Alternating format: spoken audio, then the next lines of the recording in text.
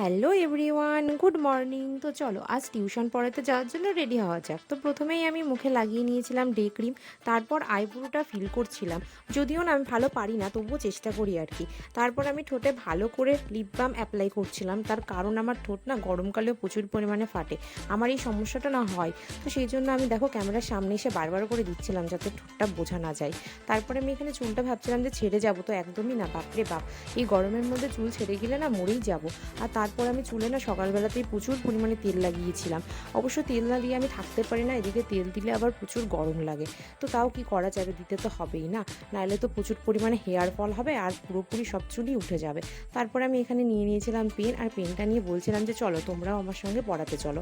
তো তারপরে আমি এখানে পেনটা মুখের মধ্যে নিয়ে একটুখানি পোজ দিচ্ছিলাম আর কি, দেখো কীরকম পাগলামো। আর এখানে রাস্তায় যেতে যেতে দেখা হয়ে গেছিলো আমার একটা বন্ধুর সাথে, আমার বন্ধু এখানে ঘাস খাচ্ছে, তো তারপর চলে গেলাম পড়াতে।